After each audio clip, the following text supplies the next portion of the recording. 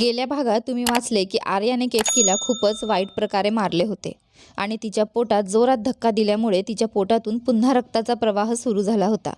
पण आर्या आणि अयानमध्ये असं काय घडले होते ज्यामुळे आर्या इतकी वेडी झाली होती? चला जाणून घेऊ या कथेतल्या या भागात. आता पुढे रूपाने विचारलं, आर्या सांग ना, तू अयानचे ऐकलेस आणि कुणाला केतकीचे खरे सांगितले तर नाही ना? आर्याने उत्तर दिले, जेव्हा अयानने केतकीचे खरं जाणून घेतले तरीही तिचाच पक्ष घेतला तेव्हा माझा राग खूपच वाढला आणि मी त्याला सांगितलं की मी पोलिसांना माहिती दिली आहे की केतकी आपल्या कॅम्पमध्ये आहे आणि थोड्याच वेळात पोलीस येऊन तिला घेऊन जातील. रूपाने विचारले, मग पुढे? आर्याने सांगितले, जसेच अयानने माझ्या तोंडून हे ऐकले त्याने मला जोरात एक थप्पड मारली आणि टेबलवरच्या सगळ्या वस्तू फेकून दिल्या आणि माझ्यावर खूपच रागाने ओरडला. सुदैवाने त्याचवेळी एका माणसाचा अपघात झाला आणि त्याच्यावर उपचार करण्यासाठी अयानला जावे लागले. तेव्हा तो मला रागाने बघत तिथून निघून गेला आणि याच कारणाने मी वेडी झाले आणि केतकीवर माझा सारा राग काढला. रूपा म्हणाली, आता तुझे काय होणार आर्या? तू आपल्या पागलपणात केतकीला एवढे मारले आहेस की ती बेशुद्ध झाली आहे आणि तिच्या पोटाची नुकतीच अयानने सर्जरी केली होती आणि तू तिथेच धक्का दिलास. आता मला नाही वाटत की ती जिवंत राहील आणि जर तसं झालं तर? आर्या घाबरून रूपाकडे पाहत म्हणाली, मग काय होईल माझे? रूपा म्हणाली, आर्या, जर तू केतकीला एकटीने मारले असते तर कदाचित हे प्रकरण एवढे मोठे झाले नसते आणि तू वाचली असतीस. पण तू सगळ्या कॅम्पसमोर केतकीला मारले आहेस, त्यामुळे सगळे कॅम्पवाले तुझ्या विरुद्ध साक्ष देतील आणि मग जे पोलीस केतकीला पकडण्यासाठी येणार होते ते आता तुला घेऊन जातील. हे ऐकून आर्यालाही खूप बेचैनी वाटू लागली. तिने घाबरत विचारले, आता मी काय करू? कसं वाचू? तेव्हा रूपाने सांगितलं, एकच उपाय आहे, केतकीचे प्राण वाचवले तरच. आर्याने सांगितले, ठीक आहे, चल लवकर माझ्यासोबत, आपण केतकीला नेऊन तातडीने उपचार सुरू करू. पण रूपाने आर्यासोबत जाण्यास नकार दिला. आर्या म्हणाली, काय झालं? तू माझ्यासोबत का येत नाहीस? रूपा म्हणाली, जर मीही तुझ्यासोबत गेले तर तुझ्याबरोबर मला सुद्धा या गुन्ह्याची भागीदार ठरवले जाईल, त्यामुळे मी तुझ्यासोबत येऊ शकत नाही. तुझे पाप तूच भोग. आर्या म्हणाली, माझे पाप? हे माझे एकटीचे पाप कसे झाले? यात जितकी मी सहभागी आहे तितकीच तूही आहेस. माझ्या डोक्यात केतकी आणि अयानविषयी सगळं घालणारी तूच होतीस आणि तू जसं जसं सांगितलं तसंच मी केले. मग हे पाप माझे एकट्याचे कसे ठरले? रूपा म्हणाली, तू हे काय बडबडत आहेस? मी काय सांगितलं? मी तर फक्त जे पाहिले ते सांगितलं आणि मी कधी तुला असं करायला सांगितले? आणि समजा मी सांगितलं तरी तू काय लहान मुलगी आहेस का? तुला स्वतःचा विचार नाही का? तू एक डॉक्टर आहेस, तुला बरोबर चुकीचे ज्ञान नाही का? आता हे सगळं नाटक माझ्यासमोर करू नकोस. आणि मी तर तुला कधी सांगितलं नव्हते की जा आणि केतकीसोबत मारामारी कर, म्हणून आता स्वतःच पसरवलेला रायता स्वतः साफ कर. मी तर निघाले माझ्या कामाला. असं म्हणत रूपा तिथून निघून जाते आणि आर्या फक्त तिच्याकडे बघत राहते. आर्या मनात विचार करते की तिने किती मोठी चूक केली आहे. इतरांच्या बहकाव्यात येऊन ती सुशिक्षित असूनही किती सहज मूर्ख बनली. कदाचित अशी चूक केली जी तिचे पूर्ण आयुष्य बर्बाद करू शकते. जेव्हा माझ्याकडे कोणतीही समस्या नव्हती तेव्हा सगळे माझे हितचिंतक बनले होते आणि आज जेव्हा मला पोलीस पकडू शकतात किंवा मला तुरुंगात जावं लागू शकतं तेव्हा या गोष्टीत कोणीही माझ्यासोबत नाही, फक्त मीच आहे. आणि हे विचार करता करता आर्याच्या डोळ्यात अश्रू येतात. कदाचित म्हणूनच असं म्हटलं जातं की माणूस कानाचा कच्चा नसावा, नाहीतर तो आपल्या आयुष्यावर इतरांचा हक्क चालवू देतो आणि एक दिवस त्याचे स्वतःचे आयुष्य उद्ध्वस्त करून बसतो. स्वतःला सावरल्यानंतर आर्या आता तिची चूक सुधारण्यासाठी केतकीच्या उपचारासाठी जाते. ती जेव्हा केतकीच्या कॅम्पमध्ये पोहोचते तेव्हा तिथे केतकी नसते. संपूर्ण कॅम्पमधले लोक केतकीला शोधत होते. तिथे पोचल्यावर जेव्हा आर्याला केतकी सापडत नाही तेव्हा तीही खूप चिंताग्रस्त होते की केतकीला काही झाले तर नाही ना, आणि तीही सगळ्यांकडे केतकीबद्दल विचारू लागते. पण आर्याला कोणीही केतकीबद्दल काहीही सांगत नाही, उलट तिला सगळे फटकारू लागतात. आता आर्या खूप अस्वस्थ होते की शेवटी केतकी कुठे गेली असावी अशा अवस्थेत. इकडे रूपा आपली शेवटचा खेळ खेळते. ती अयानला फोनवर आर्याच्या सगळ्या कृत्यांबद्दल मिरची मसाला लावून सांगते. आता अयानही केतकीसाठी खूप चिंतेत होतो आणि तोही तिथे पोहोचण्यासाठी निघतो. रूपाला वाटत होते की जर तिने आर्या आधी अयानला प्रपोज केले असते तर अयानने तिला होकार दिला असता, आर्याला नाही. म्हणून ती अयानला आर्याच्या विरोधात भडकवत होती की अयान आर्याला सोडून तिच्याकडे येईल. पण असं खरंच होणार होतं का? अयान खरंच आर्याला सोडून रूपाकडे जाणार होता का? आणि केतकीचे काय? संपूर्ण कॅम्पमध्ये जेव्हा आर्या केतकीला शोधत असते तेव्हा तिथे तिला अयान दिसतो, जो जोरजोरात केतकीचे नाव चिटकवत असतो. अयानचे वेड पाहून आर्याला समजते की केतकीचा जादू अयानवर चालला आहे. आता हा अयान तो अयान राहिलेला नाही जो आर्याच्या एका इशाऱ्यावर धावून येत असे. हा तर केतकीचा अयान झाला आहे, जो फक्त केतकीचाच झाला आहे. तेव्हा अयानचे लक्ष आर्याकडे जाते आणि तो तिच्याकडे येतो. तो तिला म्हणतो, मला खूप वाईट वाटते आर्या की मी तुझ्यासारख्या मुलीवर प्रेम केले. तुझ्यासोबत मी लग्नाचे स्वप्न पाहिले. तुझ्यासोबत मी माझे भविष्य पाहिले. अगदी स्वप्नात तर आपल्या मुलांची नावंही ठेवली होती.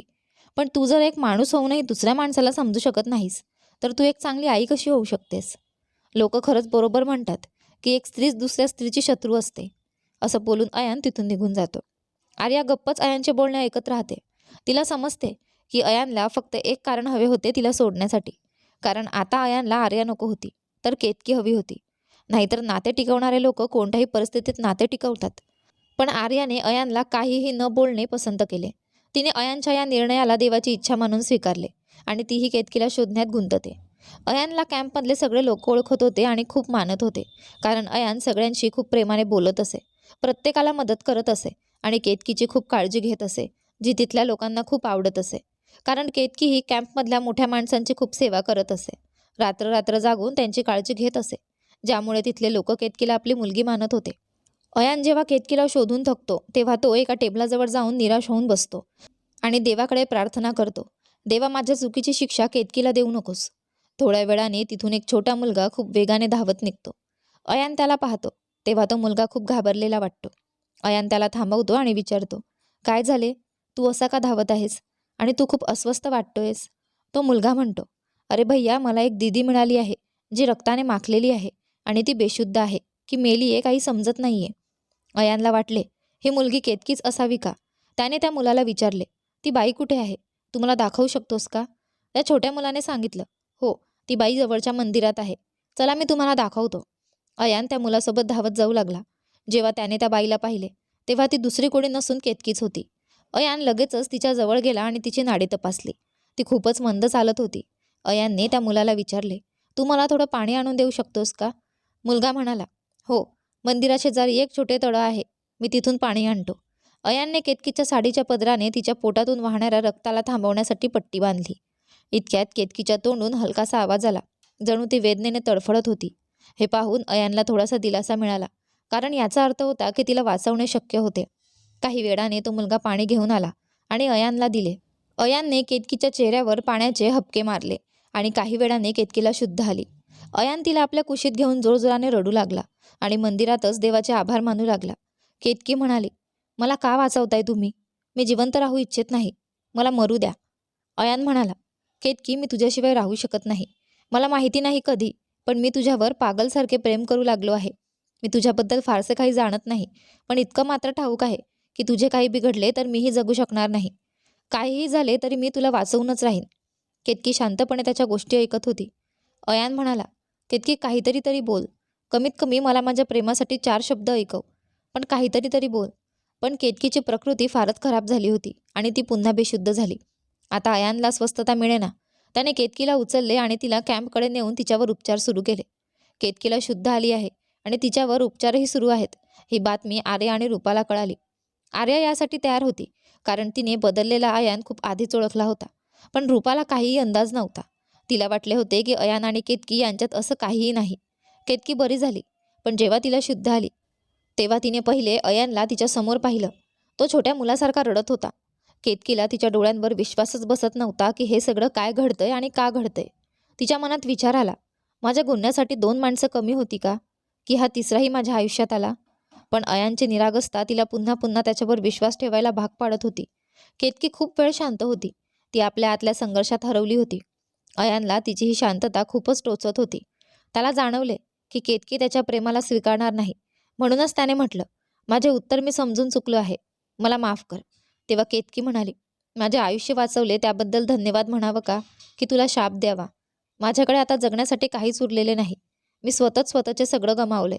तू मला तुझ्या आयुष्यात का सामावून घ्यायचे ठरवले आहेस? माझ्याकडे आहे तरी काय? मी स्वतःच्या हातांनी स्वतःच्या नवऱ्याचा खून केलाय. पोलीस मला वेड्यासारखे शोधत आहेत. तुझी मंगेतर आर्याने पोलिसांना माझ्याबद्दल सांगून ठेवले आहे. ती आता मला अटक करायला येतील. अयान म्हणाला, तू इतक्या खराब अवस्थेतही कॅम्प सोडून का पळून गेलीस? जर बाहेर पोलिसांनी तुला पकडले असते किंवा तुला काही झाले असते तर काय? तुला कळतंय का? तू मरणाच्या दाराशी होतीस. केतकी म्हणाली, जेव्हा तुझ्या मंगेतरने माझ्यावर हात उचलला आणि तुझ्या संदर्भात मला खूप वाईट बोलले तेव्हा मला तिच्या मारहाणीचा किंवा रागाचा काही त्रास नव्हता. मी फक्त तिच्याशी बोलायला गेले होते की मला तुझ्यात काही रस नाही. पण तिच्या मैत्रिणीशी ती बोलत असताना मी ऐकले की तिने पोलिसांना माझ्या गुन्ह्याबद्दल सांगितलंय. त्यामुळे मी घाबरून तिथून पळून गेले. त्याआधीच माझ्यासोबत गुन्हा झाला होता आणि शिक्षा फक्त मला माझ्या त्या गुन्ह्याची मिळते जो मला करण्यास भाग पाडले जाते. म्हणून मी स्वतःच मरण पत्करेन, पण अशा शिक्षेला सामोरे जाणार नाही जिथे फक्त माझ्या गुन्ह्याची शिक्षा असेल. त्या कारणाची नाही ज्यामुळे मी तो गुन्हा केला. आणि केतकी तिचे सगळे दुःख अयानसमोर सांगून जोरजोराने रडू लागली. अयानला खूप वाईट वाटले. त्याने केतकीला म्हटले, मी तुझे दुःख कमी करू शकत नाही, पण इतकं नक्की सांगू शकतो की मी तुझे हरवलेले सुख पुन्हा तुला मिळवून देईन. केतकीने आश्चर्याने अयानकडे पाहत विचारलं, कुठलं सुख? अयान म्हणाला, मला महिलांबद्दल जास्त ज्ञान नाही, पण इतकं नक्की समजतो की या जगात महिलेसाठी सर्वात मोठे सुख म्हणजे आई होणे. आणि मला माहिती आहे, तू जो गुन्हा केला आहेस तो फक्त तुझे मूल गमावल्याच्या वेदनेतून केलास. जेव्हा तुझे मूल तुझ्याकडून हिरावले घेतले आणि आई होण्याचा तुझा सगळ्यात मोठा सन्मान तुझ्यापासून हिसकावून घेतला गेला, तेव्हा तुझ्या आतल्या शक्तीने ती महाशक्ती धारण केली, जिला आपण माताचंडी म्हणून ओळखतो. आणि तू आपल्या पतीचा नव्हे तर एका राक्षसाचा संहार केला आहेस. मग तुला कसली शिक्षा मिळणार? तू काळजी करू नकोस. मी तुला पोलिसांपासून वाचवण्यासाठी सर्वतोपरी प्रयत्न करीन. आणि तुझी आई होण्याची अपूर्ण राहिलेली इच्छा पूर्ण करायला मी तयार आहे. पण फक्त जर तू माझी पत्नी बनशील तर. आज माझा वाढदिवस आहे केतकी. कृपया नकार देऊ नकोस. एकदा तरी माझ्यावर विश्वास ठेव. केतकीला अयानमध्ये अजिबात रस नव्हता, पण आता तिला अयानचा तिरस्कारही वाटत नव्हता. अयानने तिच्या वेदना समजल्या होत्या आणि अयानच्या बोलण्यात नेहमीच केतकीला एक प्रामाणिकपणा दिसायचा. अयानची निरागसता तर केतकीला वारंवार अयानवर विश्वास ठेवायला भाग पाडायची. पण या सगळ्यांपेक्षा मोठी गोष्ट म्हणजे केतकीची आई होण्याची इच्छा. केतकी अयानवर प्रेम करत नव्हती, पण अयानच्या प्रेमाला ती खूप चांगल्या प्रकारे समजू शकत होती. पण तिला हेही ठाऊक होते की केतकी जिच्यासोबत राहते तिलाच ती मारून टाकायची. माणसे आधीपासूनच राक्षस होती का, की केतकीला पाहून होऊन जायची, हे तिला कधीच समजले नाही. आता अयानच्या बोलण्याने केतकीची आई होण्याची इच्छा आणखी तीव्र झाली होती. पण अयानचे लग्न आर्याशी आधीच ठरले होते आणि केतकीला आणखी गुन्हे करायचे नव्हते. म्हणूनच केतकीने अयानला विचारले, मी जर होकार दिला तर यानंतर सगळं ठीक होईल का? तुझे ठरलेले लग्न मोडेल, हे बरोबर आहे का? एक मुलगी तुझ्यावर प्रेम करते, तिचे घर आणि तिचे मन तुटेल, हे बरोबर आहे का? पोलीस माझ्या मागावर आहेत. माझ्या उद्याचे काय माझे आजही स्थिर नाही. तुझे आयुष्यही माझ्यासोबत नसेल, हे बरोबर आहे का? आणि दुसऱ्याचे घर तोडून मी स्वतःचे घर बसवू शकत नाही, हे खरे आहे ना? आणि आर्याने पोलिसांना सांगितले आहे की मी इथे आहे, मग त्याचे काय? केतकीचे प्रश्न ऐकून अयान अगदी शांत झाला आणि तेव्हाच आर्या तिथे आली. केतकी तिला पाहून घाबरली. तिला वाटले आर्या पोलिसांसोबत आली आहे. आर्या केतकीला घाबरलेले पाहून समजली की ती आर्याला घाबरत आहे. आर्याने केतकीला म्हटलं, घाबरू नकोस, मी एकटीच आहे आणि तुला काहीही नुकसान पोहोचवणार नाही. उलट मी तुझी माफी मागायला आले आहे. आणि तू या गोष्टीची चिंता करू नकोस की पोलीस तुला इथून घेऊन जातील, कारण मी पोलिसांना सांगितले आहे की मला गैरसमज झाला होता. ती तू नाहीस, कोणी दुसरीच मुलगी आहे. म्हणून आता इथे पोलीस येणार नाहीत आणि तू आता पूर्णपणे सुरक्षित आहेस. आणि जर तू या विचाराने अयानचे प्रेम स्वीकारत नसलीस की माझे मन तुटेल, तर याला जबाबदार तू नाहीस, मी स्वतः आहे. जे मी एका पुरुषाच्या प्रेमावर इतका विश्वास ठेवला की तो कोणत्याही परिस्थितीत स्वतःच्या मनावर ताबा ठेवेल आणि मला कधीही फसवणार नाही. माझा अयान तर त्या दिवशी तुझा झाला होता, ज्या दिवशी तू इथे आली होतीस. आणि हे सत्य मी स्वीकारले आहे. आणि आता तूही कोणत्याही अपराधी भावनेशिवाय अयानचे प्रेम स्वीकार. आर्याचे बोलणे ऐकून अयानलाही आपल्या केलेल्या कृत्यावर थोडी लाज वाटायला लागली. पण आता याचा काही उपयोग नव्हता. केतकीने आर्याला विचारले, अयानशी लग्न मोडल्यावर तुझे काय होईल? आर्याने उत्तर दिले, अयानने माझ्यासोबत जे काही केले ते मी देवाची मर्जी मानले आहे. आणि मी ऐकलंय की लोक म्हणतात, आपल्या इच्छेप्रमाणे काही झाले तर खूप चांगले, आणि झाले नाही तर त्याहूनही चांगले, कारण ती देवाची मर्जी असते. आणि देव जे काही करतो ते चांगल्यासाठीच करतो. म्हणून केतकी, अयानसोबत लग्न केल्यावर जो काही वाईट माझ्यासोबत घडणार होते त्यापासून देवाने मला वाचवले आहे. मग आर्या गप्प झाली आणि म्हणाली, मी चांगल्या परिणामाची वाट पाहीन, आणि तिथून निघून गेली.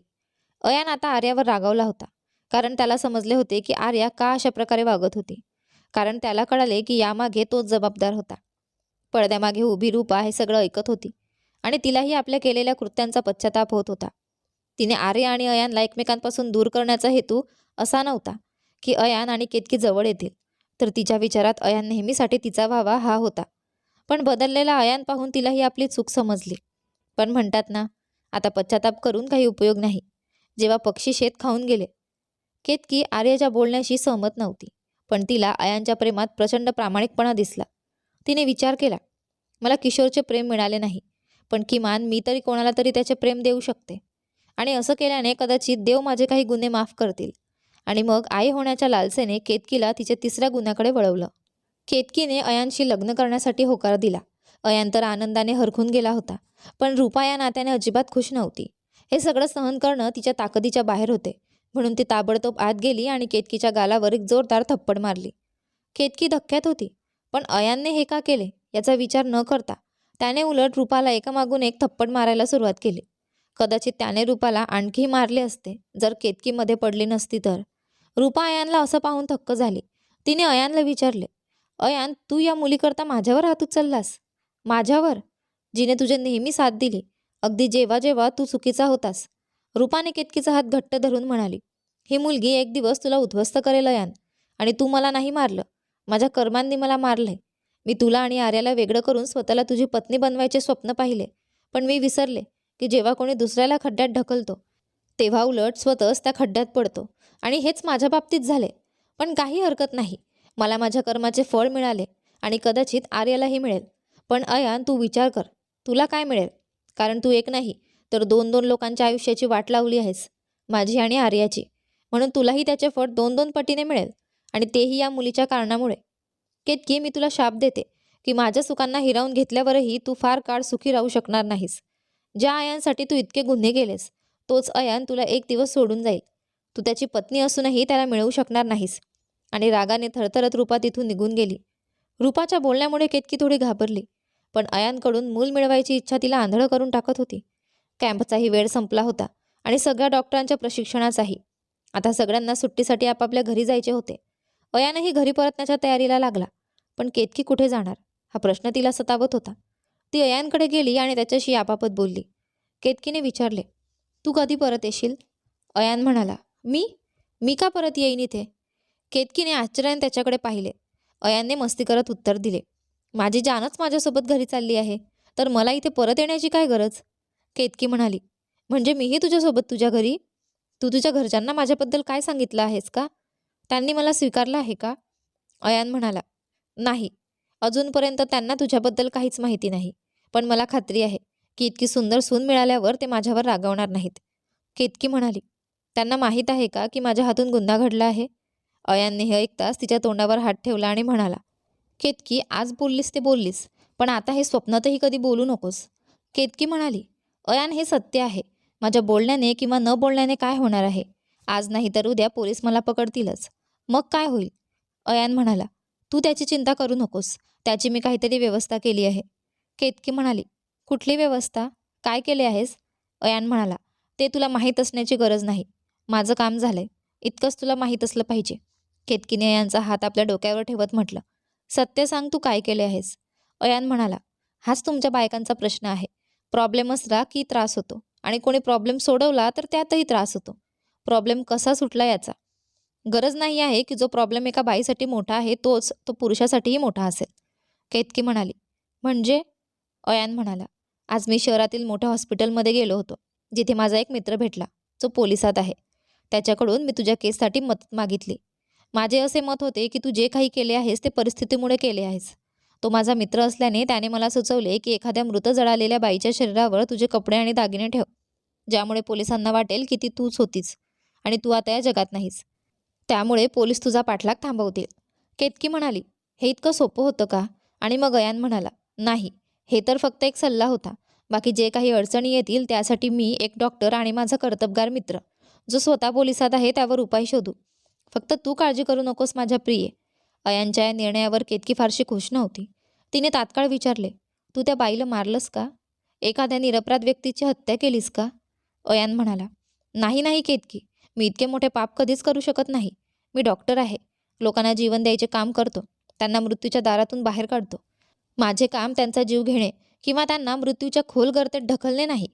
केतकी म्हणाली, मग तो मृतदेह, तो तुला कुठे सापडला? अयान म्हणाला, केतकी, तू विसरली आहेस का की मी डॉक्टर आहे. दररोज अनेक लोक आयुष्याच्या लढाईत जिंकतात तर काही हरतात. हा मृतदेहही आयुष्याच्या लढाईत हरला आणि तिचा मृत्यू झाला. यांचे हे ऐकल्यावर केतकीला थोडे समाधान वाटले, पण तिच्या चेहऱ्यावरचे हावभाव मात्र तसेच राहिले. त्याचवेळी अयानने मस्तीखोर अंदाजात म्हटले, आता ऐक माझी जान, मी तुला इतकंही प्रेम करत नाही की त्यासाठी एखाद्याचा जीव घेईन. केतकीनेही नाईलाजाने खोटं हसू केले. त्यानंतर अयानने केतकीला मागून पकडले आणि तिला आपल्या मिठीत घेतले. केतकीचा श्वास आता जलद झाला होता. तिने अयानला काहीतरी सांगायचा प्रयत्न केला, पण अयानने तिच्या ओठांवर हात ठेवला आणि तिच्या शरीराला आपल्या मिठीत जखडायला सुरुवात केली. केतकी अयानला थांबवू इच्छित होती, पण अयान आता थांबणार नव्हता. तो हळूहळू केतकीला स्वतःजवळ आणण्याचा प्रयत्न करत होता. कधी तिची पाठ सावरत, कधी तिच्या कमरेला स्पर्श करत, कधी तिच्या छातीवर तोंड रगडत, तर कधी तिच्या मांड्यांवर हात फिरवत होता. अयान आता केतकीच्या सौंदर्याचा आस्वाद घ्यायचे ठरवत होता, पण केतकी यासाठी तयार नव्हती. तिला अयानचा स्पर्श वारंवार किशोरची आठवण करून देत होता. केतकी आजही किशोरला प्रेम करत होते, जरी किशोरने तिच्यावर अनेक प्रकारचे अन्याय केले असले तरी. कदाचित हे केतकीचे निरागस प्रेम होते, जे आजही किशोरसाठी होते. तिने अयानला थांबायला सांगितले, पण अयान आता तिच्या कमरेवर हात घालून तिच्या साडीच्या आत जाण्याचा प्रयत्न करत होता. त्याचवेळी केतकीने जोरात धक्का देऊन अयानला स्वतःपासून दूर केले. अयान घाबरला आणि म्हणाला, "काय झाले केतकी? तुला आवडले नाही का?" केतकी म्हणाली, "शेवटी तुम्ही पुरुष लोक काय इच्छिता? फक्त एका स्त्रीसोबत खेळायचे?" तिची निरागसता आणि भावना चिरडायच्या. "तू म्हणतोस की तू माझ्यावर प्रेम करतोस, तर मग हे काय आहे? हे कसे प्रेम आहे? मी म्हणत आहे थांब, तरीही तू जबरदस्ती माझ्यावर तुझे हक्क सांगतोस. मला आई व्हायचे नाही. मी निघून जाते." अयानने तात्काळ केतकीच्या पायांवर डोकं ठेवून माफी मागितली. तो म्हणाला, "मला माफ कर केतकी. मला वाटले की कदाचित तूही मला जवळ येऊ द्यायचे ठरवले आहेस. तू इतकी सुंदर आहेस की मी तुला बघून स्वतःला थांबवू शकत नाही. पण मी तुला वचन देतो की मी आता तुझ्याजवळ तेव्हाच येईन, जेव्हा तू स्वतः मला जवळ येण्यासाठी सांगशील. फक्त मला यावेळेस माफ कर." अयानच्या निरागसतेसमोर केतकी पुन्हा एकदा हतबल झाली. तिने विश्वास ठेवला की अयान आता आपले वचन पाळेल आणि त्याला माफ केले. पुढच्या दिवशी अयान आणि केतकी घरी जाण्यासाठी निघाले. थोड्या वेळातच ते दोघं अयानच्या घरी पोहोचले. अयानने घराची बेल वाजवली आणि समोरून एक मॉडर्न स्त्री बाहेर आली. तिला बघताच अयानने तिला उचलले. केतकी हे सर्व शांतपणे पाहत होती. अयान म्हणाला, "पहा, मी तुमच्यासाठी तुमची सून घेऊन आलो आहे. सांगा, कशी वाटली तुम्हाला तुमची सून आई?" तेव्हा केतकीला कळाले की ती स्त्री अयानची आई होती, पण त्या स्त्रीच्या चेहऱ्यावरचे हावभाव बदलले होते. ती तात्काळ घरात गेली आणि रिमी आणि अंकुरला हाक मारत म्हणाली, "लवकर बाहेर या. अयान कोणाला तरी सोबत घेऊन आला आहे." रिमी आणि अंकुर हे अयानचे सावत्र मोठे भाऊ भावजे होते आणि ज्याला अयान आई म्हणत होता, ती त्याची सावत्र आई होती. अयानचे वडील आणि त्याची सख्खी आई या दोघांचेही आता निधन झाले होते. चला आता जाणून घेऊया की हे सगळं कसं घडले. अयानच्या वडिलांचे पहिले लग्न म्हणजे अयानच्या सावत्र आईशी घरच्यांच्या दबावामुळे झाले होते. अयानचे वडील त्याच्या लग्नाआधी एका मुलीला म्हणजेच अयानच्या सख्ख्या आईला खूप आवडत होते, पण घर आणि मोठ्या माणसांच्या दबावामुळे त्यांचा प्रेमविवाह होऊ शकला नाही आणि त्यांना अयानच्या सावत्र आईशी लग्न करावे लागले. लग्नानंतर अयानच्या वडिलांनी आपली प्रेयसी म्हणजेच अयानची सख्खी आई विसरण्याचा प्रयत्न केला, पण अयानची सावत्र आई फारच स्वार्थी आणि लालची होती. तिला अयानच्या वडिलांशी काहीच घेणेदेणे नव्हते. ती फक्त त्यांची संपत्ती आणि कमाईवर डोळा ठेवून होती. लग्नानंतर काही दिवस हे सगळं असंच चालू होते. अयानची सावत्र आई रोज कोणत्या ना कोणत्या कारणावरून अयानच्या वडिलांशी भांडत असे. ती नेहमी महागड्या वस्तूंची मागणी करत असे. घरच्यांच्या दबावामुळे अयानच्या वडिलांनी आणि त्याच्या सावत्र आईने एक मूल जन्माला घातले. त्याचे नाव अंकुर ठेवले. पण मूल होऊनही अयानच्या सावत्र आईचे वागणे काही बदलले नाही. एक दिवस अयानच्या वडिलांना त्यांच्या सख्ख्या आईची भेट झाली. त्यांच्या जुन्या प्रेमाला पुन्हा एकदा उजाळा मिळाला आणि त्यांचे प्रेम परत जागे झाले. आणि मग एक दिवस अयानच्या वडिलांनी आणि त्याच्या सख्ख्या आईने पळून जाण्याचा निर्णय घेतला. अयानचे वडील आपल्या प्रेयसीला म्हणजेच अयानच्या सख्ख्या आईला घेऊन पळून गेले. 2 वर्षांनंतर अयानची सख्खी आई अयानच्या सावत्र आईच्या घरी आली. तिच्या हातात एक मूल होते जो अयान होता. ती म्हणाली, "अयानचे वडील आणि माझ्या मागे काही माणसं लागलेली आहेत. त्यांनी अयानच्या वडिलांचा खून केला आहे आणि मीही फार काळ जिवंत राहणार नाही." अयानच्या सावत्र आईने सांगितले, "असा काय गुन्हा केला आहे तुम्ही दोघांनी, ज्यामुळे ही परिस्थिती आली? आणि तसंच तुम्ही दोघांनी जे काही माझ्यासोबत केले आहे, त्यानंतर तुमचा परिणाम असाच असावा. आणि मी तुमचे मूल का वाढवू? माझा स्वतःचा जन्मलेला मुलगा आहे, तर मी माझ्या सौतनच्या मुलाला का वाढवू?" यानंतर यापुढील कथेत काय झाले ते पाहूया पुढच्या भागात. तोपर्यंत तुम्हाला ही कथा आवडत असेल तर व्हिडिओला लाईक करा, कमेंट करा, चॅनलवर नवीन असाल तर सबस्क्राईब करा आणि हो, नोटिफिकेशन बेल दाबा जेणेकरून पुढील व्हिडिओची अपडेट तुम्हाला सर्वात आधी मिळेल. धन्यवाद.